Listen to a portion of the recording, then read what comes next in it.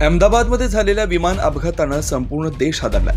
अहमदाबादहून लंडनला जाण्यासाठी उड्डाण घेतल्यानंतर अवघ्या काही मिनिटातच एअर इंडियाचं विमान खाली कोसळलं। या विमानात 242 प्रवासी होते।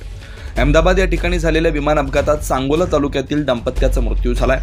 ते मुलाला भेटण्यासाठी लंडनला जात असताना काळाने त्यांच्यावर घाला घातलाय।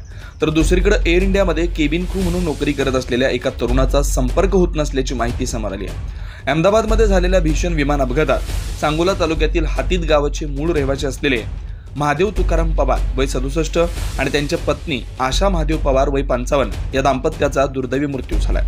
लंडनला मुलाला भेटण्यासाठी जात असताना काळाने त्यांच्यावर घाला घातला। पवार कुटुंब हे सध्या अहमदाबादमध्ये स्थायिक झालं होतं, कारण त्यांचा एक मुलगा अहमदाबादमध्ये राहतो तर दुसरा मुलगा लंडनमध्ये बेकरीचा व्यवसाय करतो।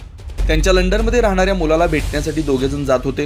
हे दोघे पती पत्नी अपघातग्रस्त विमानातून प्रवास करत होते अशी माहिती त्यांच्या नातेवाईकांनी दिली आहे। या अपघाताच्या अवघ्या 15 दिवसांपूर्वीच महादेव आणि आशा पवार हे दोघे त्यांच्या मूळ गावी हातीद इथं भावांना भेटण्यासाठी आले होते। या भेटीनंतर काही दिवसातच त्यांच्यावर काळाने झडप घातल्यानं हातीद गावावर शोककळा पसरली आहे।